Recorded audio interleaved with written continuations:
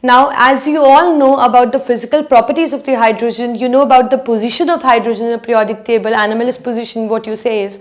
And we also know that different methods, the industrial method, the lab preparation, and moreover the general methods of the preparation by which we can get the hydrogen gas.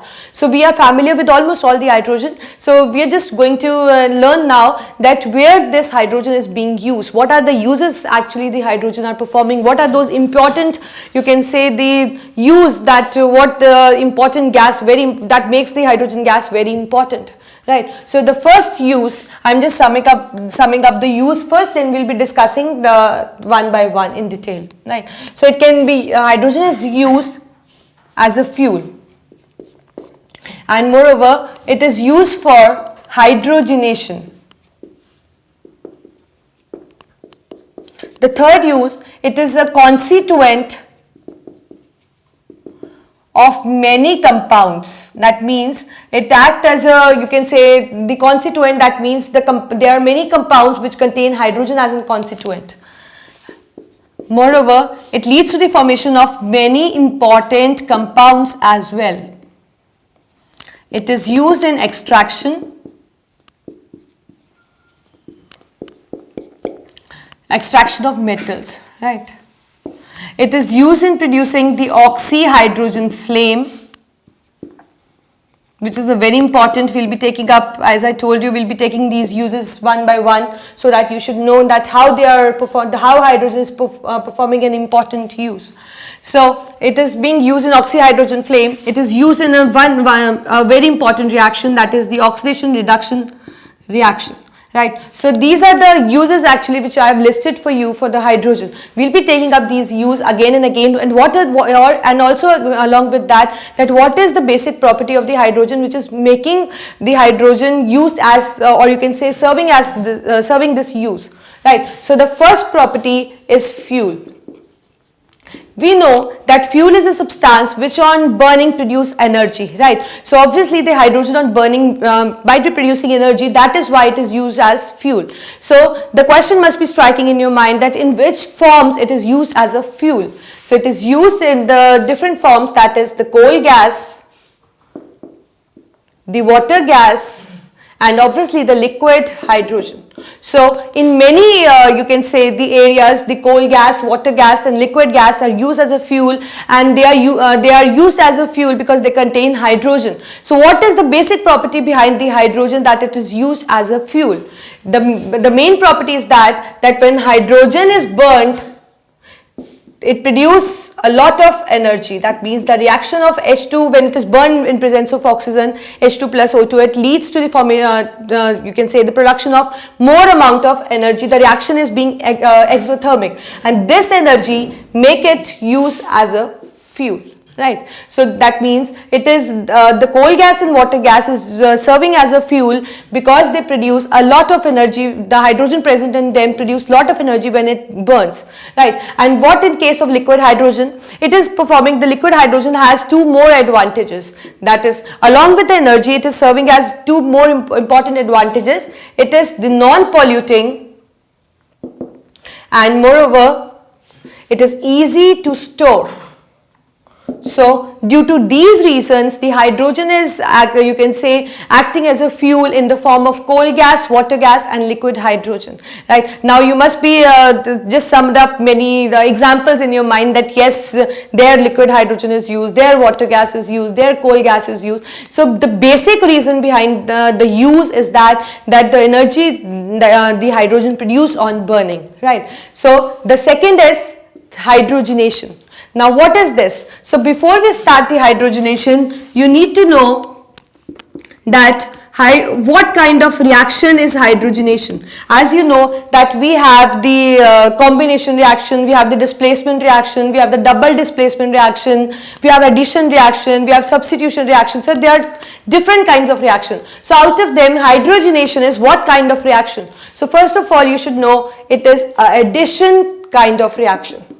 It is a addition reaction. As the name suggests, that means in this something is going to add up. So nothing is eliminated, only we are adding something to the reactant to form a desired product. And what is that something? That is hydrogen. Hydrogenation means addition of hydrogen.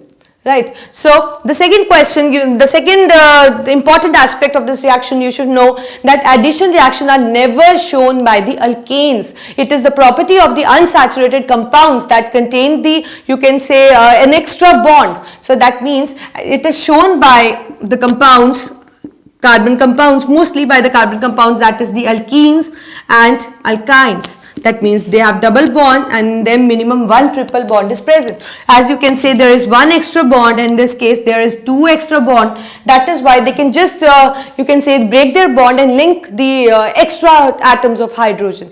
Right. So what is actually this use? You will be studying alkanes, alkenes in the 10th as well at the highest standard. But just for your sake that you should know that addition reactions are carried only in case of unsaturated compounds, I have told you. So if you can remember, it is very good that if you can just remember these names, and the reason, as I told you, that they contain this the extra bond so that they can link the extra hydrogen atoms, right? So otherwise, what is the hydrogenation of oils called? Hydrogenation of oils. It is actually a conversion of unsaturated compound, that means a compound which contains double or triple bond, minimum one double or triple bond, can be two also, but the minimum requirement is one double or one triple bond. What we are adding? We are adding hydrogen to it. The reaction won't occur like this. There is a need of catalyst, and the catalyst uses mostly a nickel, right? And a high temperature is required. So what is going to happen? Hydrogen is just going to add up in this unsaturated compound, turning into a saturated compound. That means a single bond carbon compound. That means, or you can say, it is just the conversion of the unsaturated fat into the saturated fat by adding nickel in presence of when high temperature is applied in order to get the saturated compound, right? So that means, or you can say the conversion of vegetable oil into the solid fat, because vegetable oil is actually an unsaturated compound and the solid fat is a saturated compound. So either of the way you can say, but you should be familiar with both the aspects, right? So hydrogenation of oils means addition of hydrogen to an unsaturated compound in presence of nickel at high temperature in order to form saturated compound. And the second definition which I told you is that the addition of, the hydrogenation of oil is a process of converting the vegetable oil into a solid fat by adding hydrogen in presence of nickel at high temperature. So either of the way you can use. So like I have told you, the hydrogenation of oils, there is the hydrogenation of coal as well that take place. So what happens? In coal we add hydrogen, again a catalyst, a suitable temperature and high pressure is required. So what happens? The coal gets transformed into a compound which is similar to the petroleum. That means which has high percentage of hydrogen.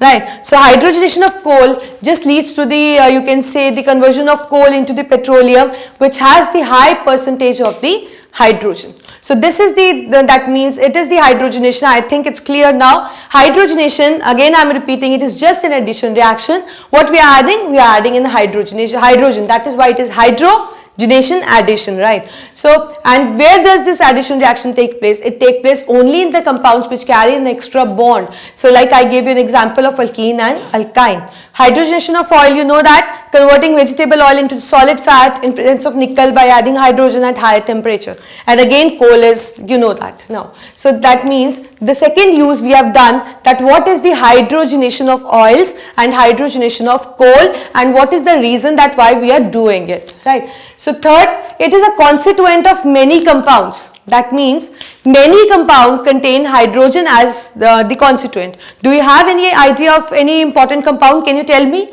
Yes, you are right. The very important compound, that is ammonia. And the formation of ammonia is the Haber's process. So in this, the constituent is, again, the important the inflammable gas that we are considering, that is the hydrogen. So that means it is serving as a constituent of many compounds. Moreover, it just leads to the formation of many compounds. As you know that most of the, you can say, the compounds which are found in plants and animals are hydrocarbons. So what are actually hydrocarbons?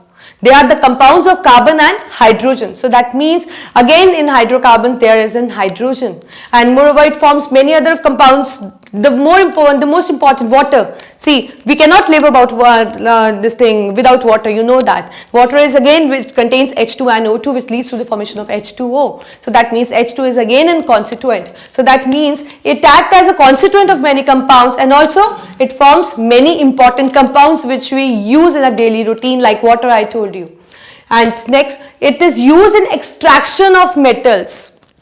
As you know that the metals do not get in nature as such, as they are reactive, so they occur in a combined form, you know that, and that combined form is called as ore. Right. So there are you can say the different processes by which we can obtain the pure metal, and those processes are just summed up under the phenomena called metallurgy. Right. So what we do, we just take an ore, first we remove the impurities, then that means we concentrate the ore. Second is we do the oxidation, that means that ore gets converted into the metal oxide. For example, I am stating an example, it will be clear to you. Suppose I got an ore, I say that there is a bauxite ore, right? Bauxite ore is an ore of aluminium, right? So we just got the bauxite ore. So what is going to happen? We are just going to remove that ore from the earth crust. So along what we'll get to see with the ore, there will be an impurities, there will be you can say the termites and all, we'll get to see that. So first of all, what we have to do, we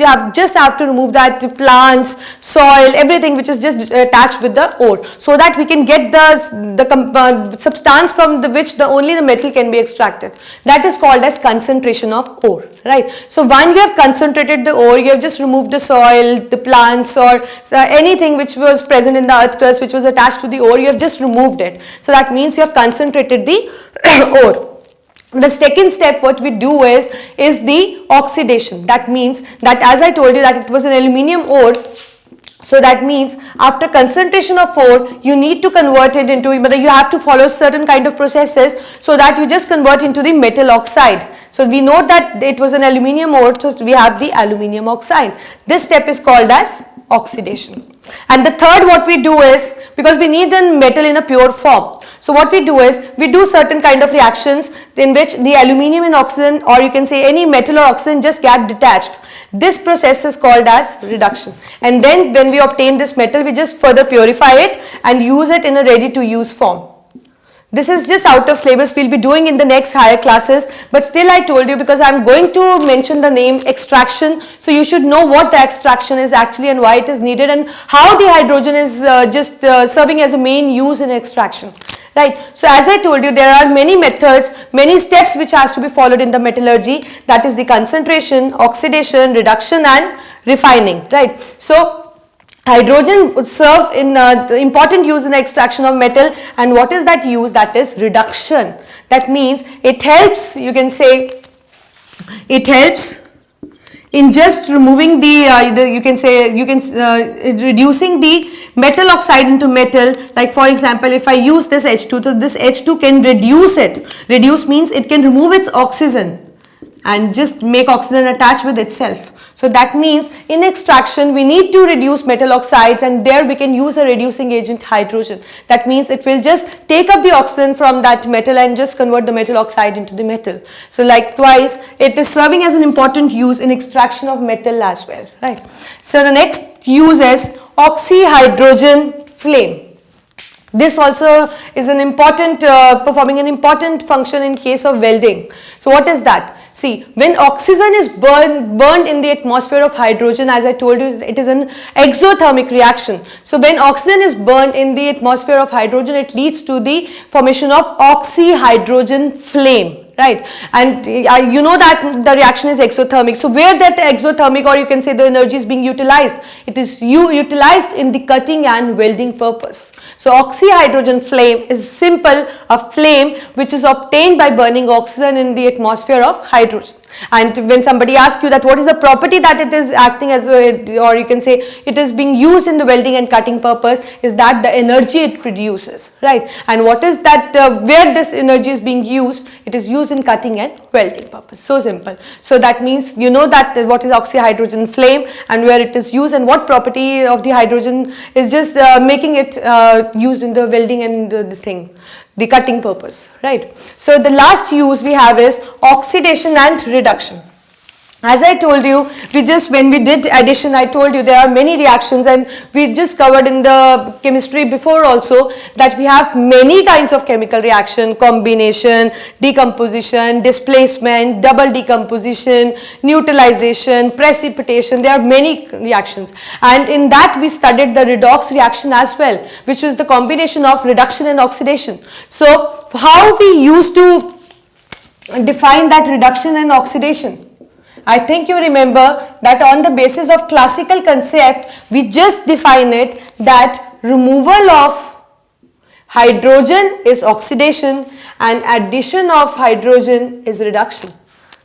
Because I am just considering the hydrogen in this case, otherwise we have the definition for oxygen as well. Like in oxidation, it is addition of oxygen and removal of hydrogen, and in reduction, it is addition of hydrogen and removal of oxygen, just vice versa of the oxidation, right? But here we are not, I am not talking about the oxygen because we are just focusing on the hydrogen. So we just need a definition where the hydrogen is serving as an important use. So that is why just how you can explain it: oxidation is the removal of hydrogen and reduction is the addition of hydrogen. This definition is based on classical concept because we do have a different definition based on the electronic concept. You remember that, right? So but here we need the definition just in accordance with the hydrogen, right? So as I am telling you with an example, removal of hydrogen. Suppose I have sodium hydride, I carried out certain processes, and after that I just separated the hydrogen from the sodium. So obviously here in the reactant it has an hydrogen and here it gets separated. So that means it is an oxidation, right? And similarly in reduction, what I am doing, I am just combining the Na and H2, sodium and hydrogen. It leads to the formation of sodium hydride. So what happens in the reactant, the Na is not having H, but in the product it do have H. So that means it is the addition of hydrogen, that is the reduction. So that means you just now know that there are so many important uses that hydrogen is being serving. So this is all about the hydrogen. So just remember it, remember the properties. That lighter one property which I told you, that it is used in a meteorological balloon, that can also you can write as in use, that it is lighter than air, that is 14.4 times lighter, that is why it is used in meteorological balloons as well. So that can also be in use, which we discussed before also. Nowadays it has been replaced by helium in the meteorological balloons, but still the hydrogen has the property to be used as a gas in the meteorological balloon. So we will be listing this as an example, right? So these are all the uses which we have done. Just don't forget about the properties, that it is an inflammable gas, who gave its name, who first synthesized it, what is the hydrogen. I think you can just recall it again. So just go through the chapter once more and everything will